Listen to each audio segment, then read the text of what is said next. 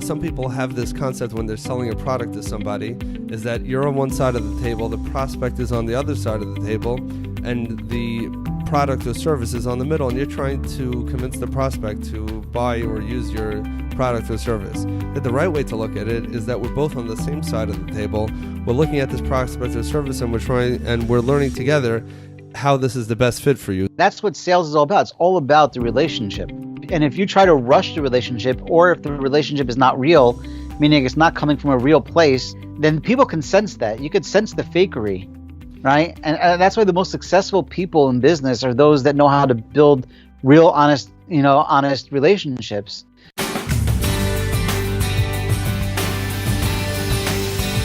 Caution, you will begin to love your 9-to-5 with this show. Join us as we explore and discover your unique strengths and learn to apply them to your daily business activities with your host, Shmuel Septimus.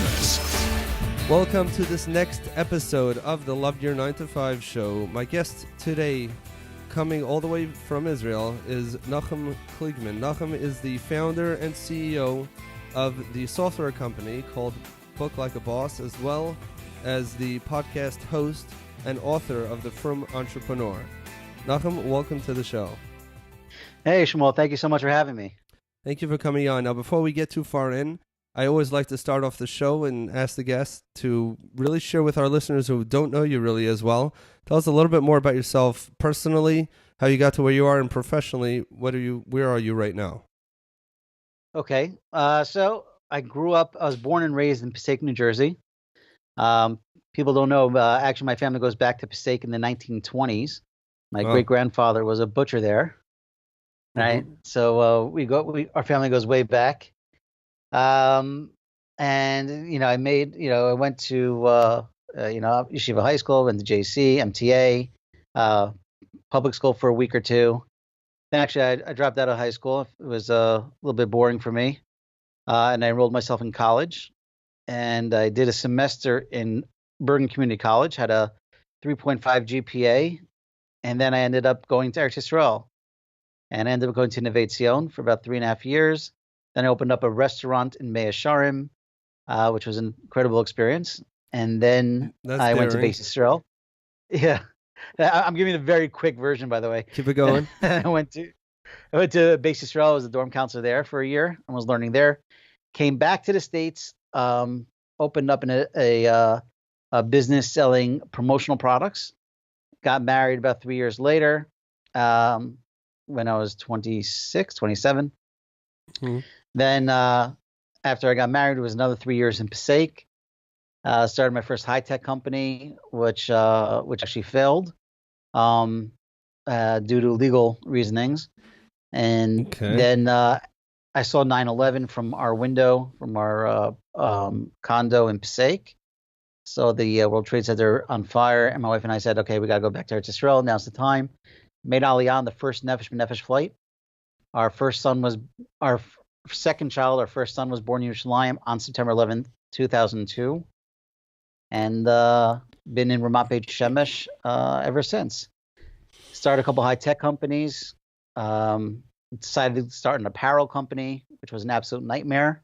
A what company? And after apparel. Oh, okay. I started a clothing company. After being in high tech for about 10 years, I said, hey, how hard could it be to make a shirt? Mm-hmm. And apparently it was a lot harder than I thought. And it was a very challenging time. And after 2 years of putting a lot of money, blood, sweat, and tears into it, it was forced to close. And so I decided to take some time off from starting companies. And I decided to do business consulting, write a book, which I wrote, The Frum Entrepreneur, start a podcast called The Frum Entrepreneur Podcast, interviewing Frum entrepreneurs from around the world.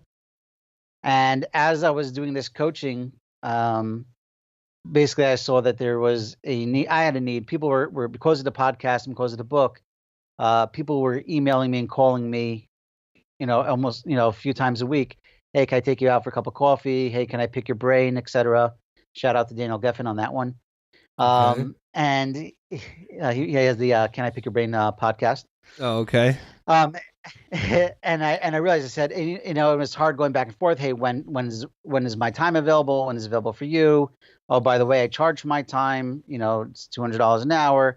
And it was just a lot of back and forth. I said, I wish there was an easy way that whenever someone contacted me, I could just send them a link that said, hey, this is who I am. These are the services I offer.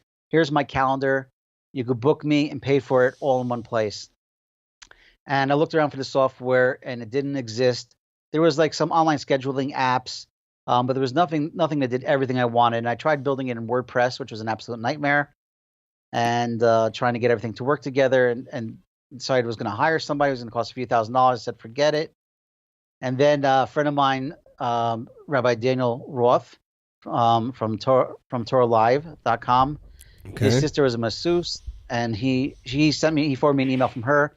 He said, I'm not technical at all, but is there any type of website or system I could just build a one-page website that says, hey, these are the massages I offer. Here's my calendar, and they could book me and pay for it all in one place. And then when I realized that, hey, this woman has this need as a masseuse, and I have this need as a business consultant, I bet there are tens of thousands of others. And I brought this idea to a good friend of mine, David Yudkowitz, who is a master programmer. He loved it right off the bat, and we decided to build it. This is about 2 years ago. A couple months in, Lloyd Schroeder, our third co-founder, joined us. And now I'm doing Book Like a Boss pretty much full-time. Software. The company launched this past May, almost a year ago. And Baruch Hashem, we've seen a lot of Siyata D'Shmaya, and we now have close to 9,000 users in over 50 countries, and continues to grow. Wow. That's a very quick version. Okay. Well, that is a quick version. Okay, there's a lot of things that you kind of you went over very quickly, but just as far as the research to this product, like I know I've experimented myself with some of these scheduling software, so I know that you had this need, and this masseuse that you mentioned also had this need, and that was enough for you to know that, like, let's do this. Yeah, because and this is something we could talk about. My niche has always been high tech, internet startups. There's not my first high tech startup, so it's very weird, the industry and what was out there. Okay. And I also saw where things were going with what's called the gig economy. You have Uber and you have Airbnb and you have all these ways people are trying to make what's called side hustling or side gigs, and more people were having. As a matter of fact, say that 50% of millennials have their day job, and then they have like their side business, right? So this movement has been growing for the last bunch of years, and it's projected to grow even more in the next bunch of years. Which is probably why we're having this conversation right now. We're both we're doing these projects on the side, but I love that term, the gig economy, if I said that right. Yeah. And I didn't know where you were going with that, but you don't mean the concept of Uberizing different industries. You mean the drivers of Uber and the hosts of Airbnb. Correct. And all these other people who they have their one thing. Now, this product, I'm thinking about this now because, like I was saying, that there are certain scheduling softwares out there, and I've experimented myself with some of them. But this is like more than that. This is like if you go to the regular, simple one-person shop that someone offers a specific service. They don't have the time, the money, the budget to deal with a website and everything that's involved in maintaining it and, and marketing it and all that. They want something very simple, very practical. Here's something I could text somebody a link. This shows everything that I have. It's obviously discoverable. I'm sure it's, you want it to be SEO friendly, but at the same time, they don't want this whole thing with drop downs and who we are and our mission and meet our team. They don't want any of that. Contact me. These are my services. You could pick one. You could book it, schedule. I don't, I go to my barber and he has to stop 6 times in the middle to answer the phone to write down on his notepad when the next person's coming in. If he would just have a link that everyone goes to, the people would just walk in by themselves. It would completely eliminate that aspect. So it seems like it's not only would it would eliminate having to pay for it, because you could pay for it online. So the barber can even get paid before the person even comes into his his office, into his room. Yeah, and that was one of the things that we wanted to make it drop simple for anybody to be able to use and to have everything in one place. And you're right, it's not a full website with it is a full website. It gives you everything you need, but it's very focused on sales. It's very focused on getting the job done, cutting through the clutter, and saying, hey, this is who I am. These are reasons why you want to book me. Here's my calendar. You could pay for me. We have frequently asked questions. We have testimonial sections. So you can put up testimonials. We have some marketing tools as well, with even more coming out. So it's basically everything you need to start selling a service, whether it's online or offline. Right. And we see like a trend. If you go back to some of the, especially in healthcare, a lot of companies have very outdated, ancient websites because they jumped on the bandwagon right away when everyone started designing their own websites and never updated it. And then you have on the other end these beautiful state of the art websites with really fancy graphics and all sorts of wonderful things. But a lot of times they miss the point of the website. Like if you were to ask the web designer, if you could tell me in 5 words, why is there a website and what's the goal? I might say to look nice, to give social proof, to give this, but that's really usually not. The goal is conversion. You want business. That's it. If it's going to promote business, then it's good. If not, not. And anything else that's on there that does not promote business is clutter. So you see a lot of people who are not making websites. They'll just use their Facebook page for everything. And Facebook does have certain ways to book. You could book services even on Facebook directly, and even Google now on their listings. They actually have if you have Google My Business, they have certain ways where you can just create a website, which is really just the name of your business, a couple of testimonials, and like a link to click one thing, which is obviously very limited, but it's also, it's coming from the Google perspective, coming from the SEO perspective. I found your business.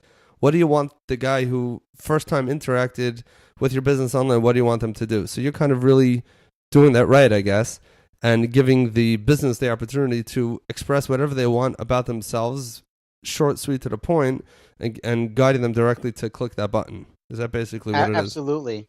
And I think you're on LinkedIn. Most people are on LinkedIn, especially in the business world, and that's one of the problems with LinkedIn is that you'll go to someone's profile, you'll read a little bit about them, but then what? Okay, you could message them maybe, but what if you could actually book that person, and pay for it and hire the guy's services? And LinkedIn started also about a year ago. They started offering some sort of booking system for some of the more high-profile users, but that was something that was really missing. And here, that's what we're trying to do. I see. Does the high-profile means the paid premium users? I'm not sure if it's paid premium. I think it's not just for any paid premium. I'm not sure if it's by invitation only or only, or you had to apply for it.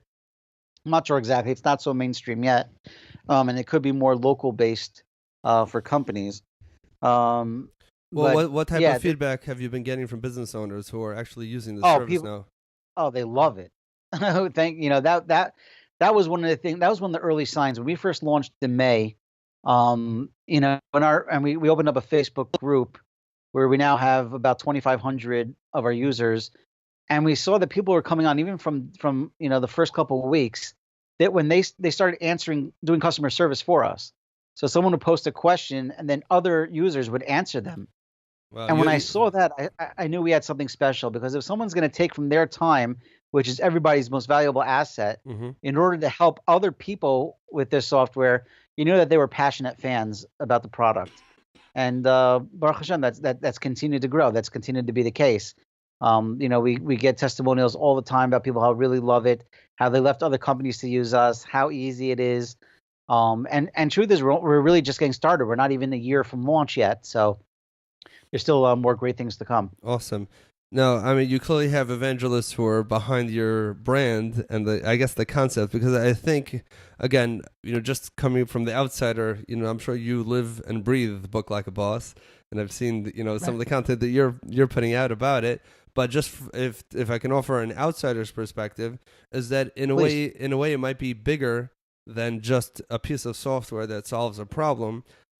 I'm thinking now out loud that it might be a different way of looking at how we project ourselves online, and what is our goal in projecting ourselves online. So some of us, we could spend dozens and dozens of hours, sometimes every week, interacting in ways which we think might lead to better networking opportunities, better business opportunities.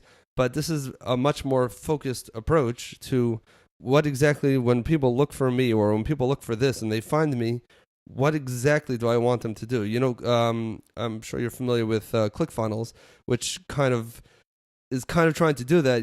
Their sales thing is they want to tell you, don't have a website. All you need is, you need your funnel and you need your landing page, and that's all you need. But this is kind of, in a way, might be taking it a step further, where we don't have this long. I mean, I'm sure you can integrate both of them together, just like with all these services. Yeah. But we've had a lot of requests to actually integrate with ClickFunnels. Yeah, that's interesting. Because when you get to that point, basically your system is like a glorified call to action. It's like, this is exactly what we want you to do, and the consumer should know exactly what the options are. What can I do in a very short way, not reading 1,000 pages of text or even watching 100 videos, which are very short, sweet, and to the point. So I think that perhaps part of the reason why you have evangelists behind your product, which you don't have behind lots of other products, is because it perhaps is a whole new way of looking at how we project ourselves and how we market ourselves online. Interesting. We haven't really thought about it in that way, but you're exactly right.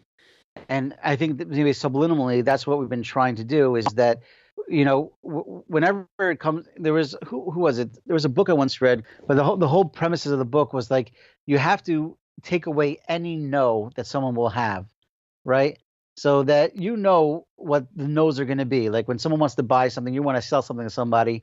If you could answer those no's, the irresistible offer, that's what's called, the irresistible offer. Okay. Right? So we try to make these pages are the irresistible offer, right? That we allow our users to answer every question somebody may have when coming to your page. And we also make it look like a social page, right? So that, there is some comfort level there. It's you sort of recognize it.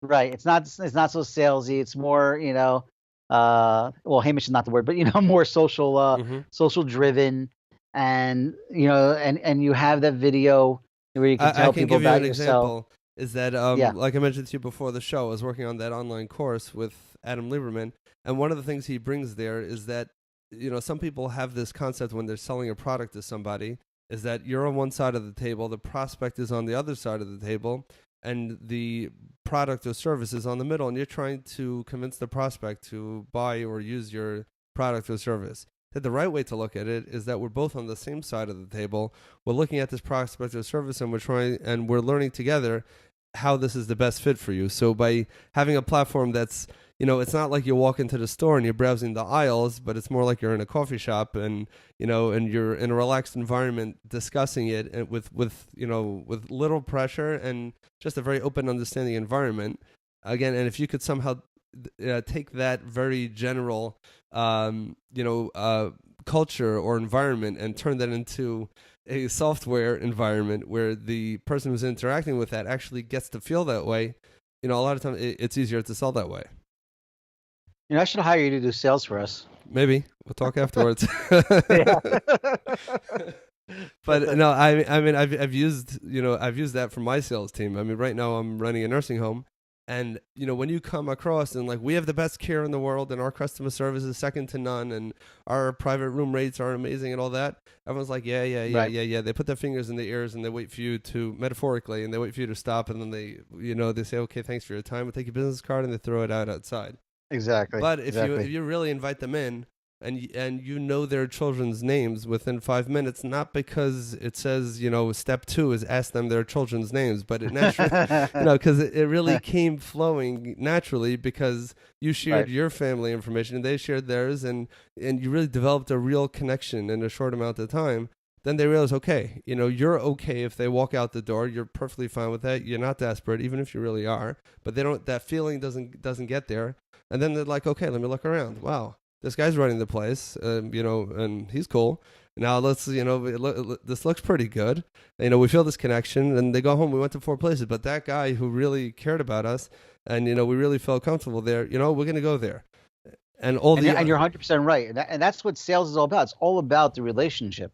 Absolutely. Right. And if you try to rush the relationship, or if the relationship is not real, meaning it's not coming from a real place, as you said, number 2, ask about their kids, right? Then people can sense that. You could sense the fakery, right? And that's why the most successful people in business are those that know how to build real, honest relationships, because the transaction, the business deal is really just 5%.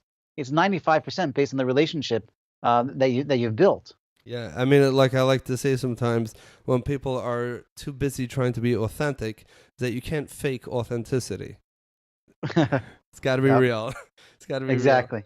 real. Rabbi Jonathan And, Rietti sometimes talks about his previous career when he used to sell, I believe it was infomercials or something in the, I think it was the TV marketing space, and where the official training that he got in is like 80, 85, 90% of the copy of whatever the ad is or whatever the message is just accurately describing the problem. And as I'm sure you've heard before, people will say that if you can describe the problem better than they can, then you probably have the answer. And then you can just plug in the product. Doesn't matter if it's Pepsi, Coke, Tylenol, Advil, whatever it is. Right. It's like, okay, this guy gets it. That's exactly how I feel. And all I have to do is click that screen or dial the number or walk into my local whatever. I'm in. And it'll solve my pain. Maybe, but at least I will think so. I'll be convinced Right. enough. You think it'll solve your pain, right? Exactly. Getting back to Book Like a Boss. So Sure. the basic functionality, you've basically explained what it is. What's in the future for Book Like a Boss? What are the plans, and how far, besides for growing the reach and the customer base, which obviously is huge, what about the actual product development? Are there plans for that yet? Oh, sure. I mean, we have enough development, enough ideas. It's going to last us a couple more years. I can tell you, one of the things we're working on now is being able to offer classes and events, so that you could offer any type of course or class and have multiple people booking for that, or an event. Even if it's your shul that's having an event, that you'll be able to create a page just for easily taking bookings for an event. So that's something that's coming hopefully in the next few months. Okay. Now And then we've had go a ahead. huge. Yeah, go ahead. No, I'm saying these innovations are coming from requests of current users, or is this just speculation? Oh, of absolutely, absolutely, and that's one of the key secrets to business is we are very attached to our users, and we know their needs, and because we have such a diverse user base, all different ages, males and females from over 50 countries. When you hear repetitive requests, you know that you're getting good representative of global what the needs are. So we're very, even though we had our own ideas, we listen to our customer base very closely and build based on their needs. Mm-hmm. That's what I was going to say. One of the other things that we get a big request for is what's called our enterprise plan. And that is for people that have multiple people in an office. So if you're a real estate office and you have, 30 agents, we'll be able to give each agent their own page, but tied to a central account. So that's something that's also coming in 2018. And then also we're going to be, as I mentioned before, I sort of hinted to it with LinkedIn, that we're going to be connecting people's pages in a way so that you'll be able to follow other people and connect to other people's pages and sort of save your favorites as a user, so that who your marketing guy is, who your accountant is, the people that you like and want to save. You'll be able to do that, and so you'll be able to do a search also. Once we hit a certain critical mass, to be able to find the type of people that you want. So just so I understand that, so basically you're kind of developing your own social platform based on all the Book Like a Boss pages? Exactly. It'll sort of be what I think LinkedIn should have been, or kind of like LinkedIn for services, so that, you're coming in, and again, almost everybody has their day job and has their side business, right? So, but whether you have a side business or you don't, it'll be a place that you can come in and you'll be able to search and meet other people and read about them and learn about them, and be able to book them, right? And pay for it. And so it'll be sort of a different type. It's sort of like a search directory, but done in a social way. Interesting. Now, I don't know if you can answer this question on the air, but is this something that you thought of approaching LinkedIn directly and see if they're interested in integrating, or is that even in the plans, or for right now we're just taking it as we go? Yeah, no, it's too far advanced. I mean, LinkedIn themselves was bought by Microsoft a couple of years ago. Right. We do see a couple of companies that it could be a potential exit for, but again, we're not even our first year yet of launch, so we still have a way to go, and we still have a tremendous amount we want to do and accomplish. But the truth is, we built this company, and we built it in a way that it, there's two ways to go. One is called bootstrap, and the other is called the VC route. Mm-hmm. And we really wanted to bootstrap this company, and we're really looking just to our goal now is to get to break even. So and once we get to break even, then to just try to turn this into a cash cow as much as we can. And we don't really want to raise money. Like a lot of companies want to go out and raise millions of dollars and grow to 200 employees and then raise another $30 million. That's not really our goal. We don't want to go that route. We'd rather just create, a good solid business that brings in, good cash flow, and it continues to grow, and then, eventually be bought out by somebody that, wants to take it to that next level. Right. Yeah. So you want to keep it mom and pop as long as you can until it grows so big that you attract attention of other people, and then have that conversation when you cross that bridge. Now, exactly, but also not having to, meaning we built this in a way that we'll never have to take money. Got it. Obviously everything's been mine, but we built it in a way, we bootstrapped in a way that we don't have to take investments, and obviously our goal is to get to break even, so that we won't be pressured, and then if the right deal comes along, we'll be able to consider it without feeling pressured into taking it. Mm-hmm. Understood. Now, you've mentioned briefly in the beginning, you went through a few different episodes, a few different projects that you've tried, and I've heard in some of your other episodes, how some of your earlier failures, and obviously now you've clearly defined a pain point and accurately created a problem that resolves, that issue.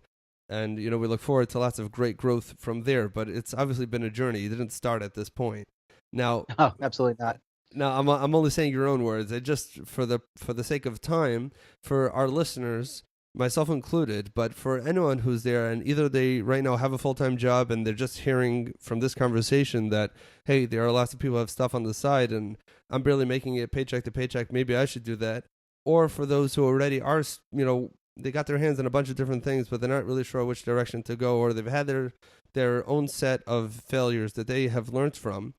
Right. What would you, if you had to give them, one piece of advice of how to kind of keep on pivoting until they find the right thing, or maybe now that you've found something that's very real, how would you suggest that others mimic the process to maybe, I know there's no shortcuts, but to at least to stay on the path as much as possible to end up with a real product or real service that solves a real problem that could turn into a real viable company?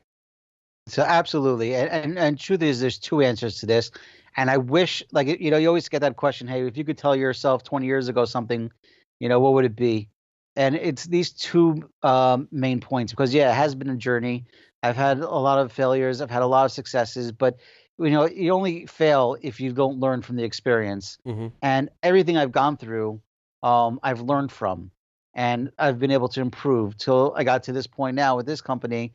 We're actually, and I write a lot about this in my book, From Entrepreneur, about a lot of these failures and how, to do things the right way and the mistakes I made.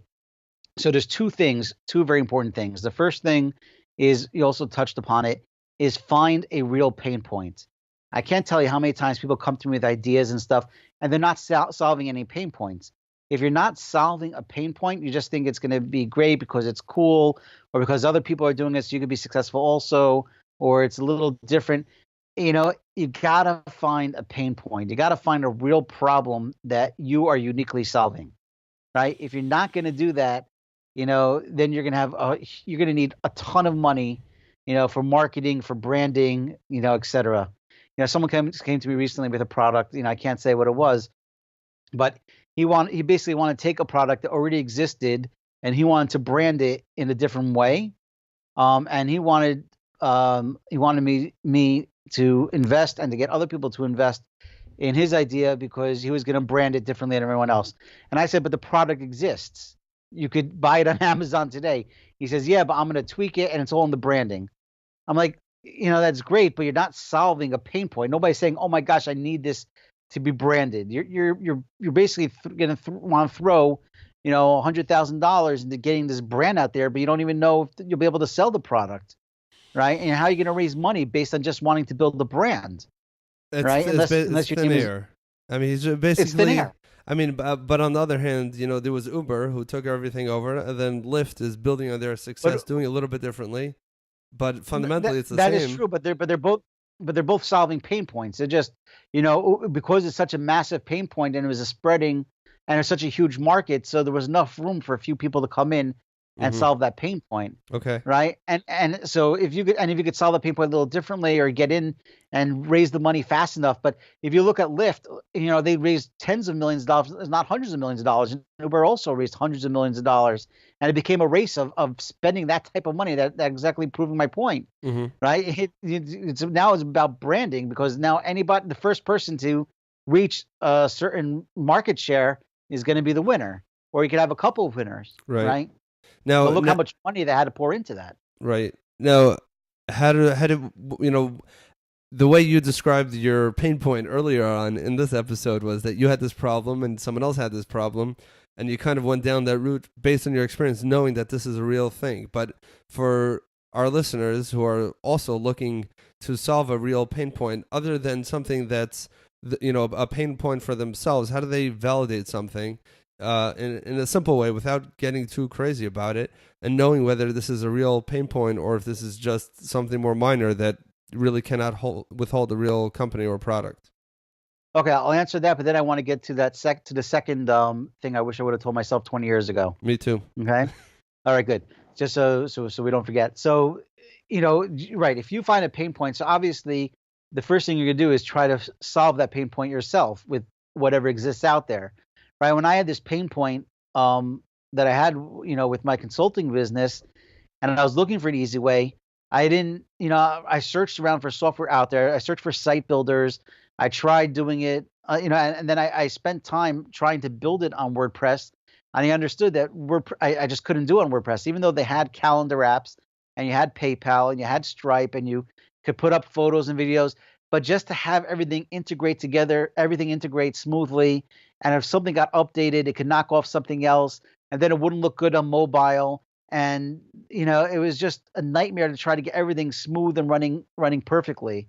And, so I realized there was, even though you could solve it by throwing money at it, that there has to be an easier way to solve this pain point, where you don't have to throw thousands of dollars on it. You can just pay, $30 a month and get everything you need to run your business.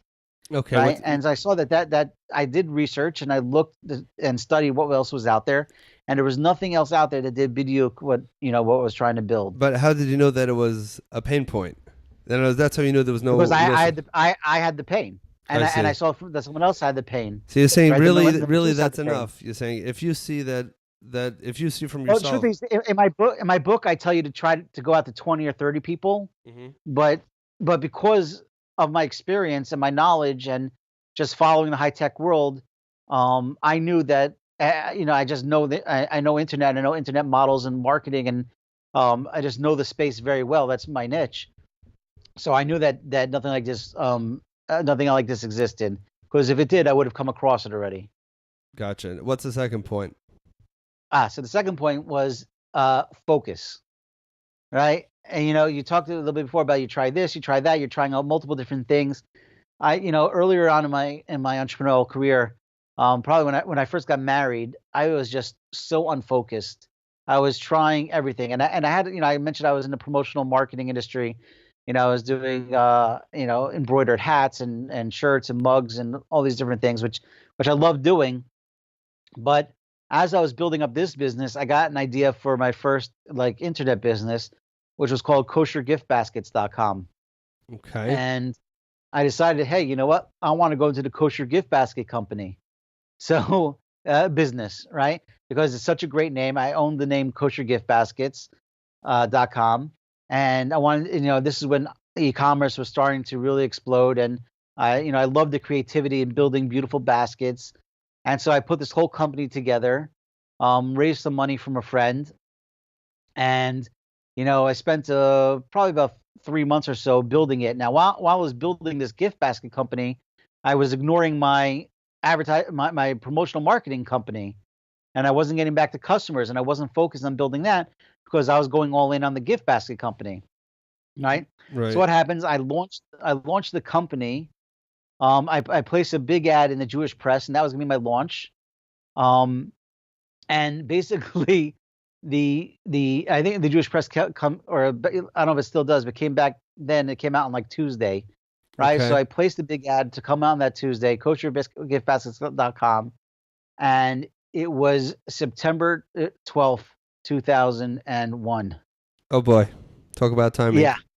So I had spent 3 or 4 months, putting this company together, taking the pictures, building the baskets, paying for a big advertisement in the Jewish press, and I got one order from a condolence call for someone that actually was nifter in the 9/11 Wow. tragedy. Wow. And what happened was, I don't know if you remember back then. I don't even know how old you are, actually. I was born. I remember high school. Okay. So, but nobody was spending any money for like months afterwards. No. Nobody knew what was going to happen, what was going to be, and nobody was spending money online. And, it just like everything shut down for many months. Right. So now what happened was I had a barely limping promotional marketing company. I had a kosher gift basket company that was dead in the water. Right. And now, so what did I do? So now I'll never forget this. It was the afternoon, September 11th. The buildings were still on fire. And someone called me. And I remember, because I was in the promotional marketing industry. Someone called me and said, go and print shirts with the World Trade Center on the shirts. And I said, are you crazy? I'm not going to make money off this tragedy. Are you nuts? He says, if you don't, someone else will. And I said, I'm not going to do it. Anyway, I found out from other people in the industry, because we had email groups or whatever. I found out that there were people that made literally like $100,000 in a week selling T-shirts, selling hats, anything with the flags on it, with the U.S. flag on it, with the NYPD, Wow. and FDNY, right, everything. Right. And I held out, and then what happened was the manufacturers, and I dealt with a lot of different manufacturers. They started faxing me pricing sheets for specials, on anything with the USA on it, zipper pulls and anything with the flags, and Right. never forget, and all these different things. And I said, you know what, I can't. Everyone else is doing it. I'm going to do it also. So I forgot about my promotional marketing company. I forgot about my gift basket company. Now I went into the 9/11 memory industry. Okay. Right. So I go in, and I was given a lot of credit, from these manufacturers, and I spent a couple $1,000 buying merchandise that I was going to sell on eBay and make 10 times my money. But what happened is I get the stuff like 2 or 3 days later, but the day before I get the stuff, eBay banned selling anything having to do with the World Trade Center or the tragedy on eBay. Wow. So now I got stuck with thousands of dollars in zipper pulls, bumper stickers, T-shirts, hats, and all this stuff that I couldn't sell online. You had to wait Right, for so now- 2012. Right. So I had a dead gift basket company. I had a barely limping promotional marketing company, and now I had a 9/11 commemorative company that was gone. I was in such a bad shape. I had lost so much money, and it's because I didn't focus. I was always running, and that's it's a problem with me as an entrepreneur. I was always thinking of the next big idea. Well, kind of by And it wasn't- definition, sometimes it's like that, because entrepreneurs get the highs from starting the new thing. Once you're into the maintaining and growing, that's a different skill set sometimes. 100%. And I love, and that's for me as an entrepreneur, that's what I love most is the creativity. I love taking an idea and building it into a real company. But as I got older and I matured, I realized that I had to focus. I had to stay with one thing and really nurture it and build it up, and spend years building something before moving on to something else. And so, when I was young and, newly married and, immature in my entrepreneurial ways, I made these mistakes. So I wasn't solving pain points. I was running from one idea to the other, and it was a huge mistake. And I say, if you're going to go into the business world, if you're going to choose a side hustle, a side gig, or come up with a product, try to solve a pain point. Then and make sure, and this is something we talked about pre-show also, make sure that you love what you do. Make sure that you're passionate about it, right? Because if you're going to be spending, 8 hours a day or whatever it is, building a company or building an idea or selling your services, you better love it. You better, wake up in the morning excited to do what you're going to do, because there's always going to be ups and downs. And if you're going to be spending so much time doing something, you may as well do something you love. Wow. Right. Wow. And something that you enjoy. Awesome. And I think that's such an important thing to know and to realize that if you're going to do something, make sure you love doing it. Otherwise, you're never going to be successful at it. So that would be the bonus freebie. Besides for solving a pain point, and besides for focusing and sticking with it, make sure that whatever it is, the product or the service, even if you're focused on it and it's solving a pain point, if you're not invested in it and you don't really love it, then it just might not work out the way that you want it to work. Now, I know we've gone already over time, so I'd like to wrap this up a little bit, although I know we can do this for another 2 hours without boring me or you. I don't know about the listeners, but probably not them either. Let me just end off on a couple of things here. Sure. If there's one book other than your own, which we'll put a link to in the show notes, of course, The From Entrepreneur, but if there's another book that can help specifically to help the potential entrepreneur hone in and kind of successfully accomplish some of the things that we discussed today, is there any particular one book that comes to mind that you think would be helpful in attaining those goals? Absolutely. And it's a book that I'm in the middle of reading right now. But I already know where the book is going because I listened to the author a lot of his speeches and stuff. But it's Crushing It by Gary Vaynerchuk. Awesome. I'm sure your listeners are familiar with. I'm sure you're familiar with. Yes, I read the book. And he basically, have you read Crushing It yet? I certainly did. Oh wow! So you know what it's about. And I think that he teaches in a very important thing that everybody has to know. And he says that everybody is a media company, right? And every company is a media company.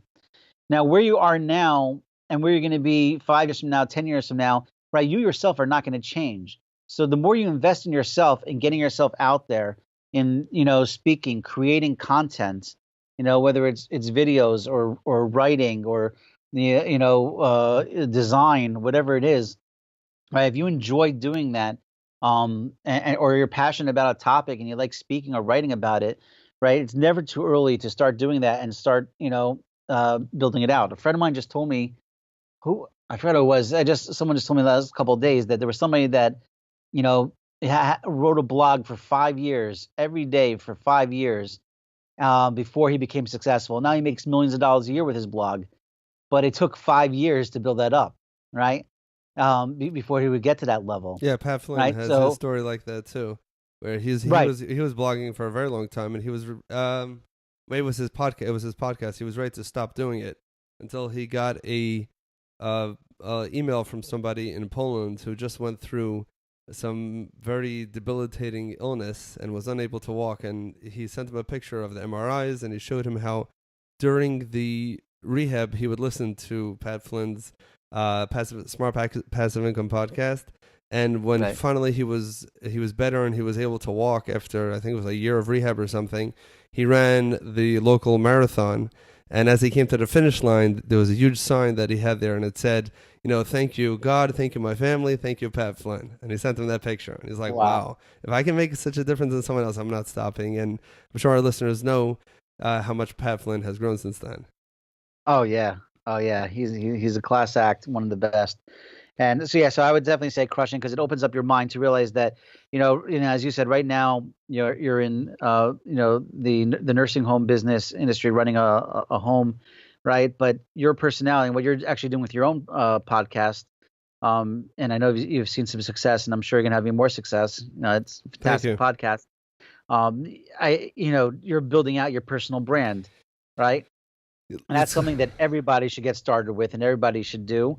If you're going to be out there in the business world, because even if you don't come up with that idea today or tomorrow, maybe you'll come up with the idea for 2 months, 2 years from now, right? But by then you'll have already built up a following.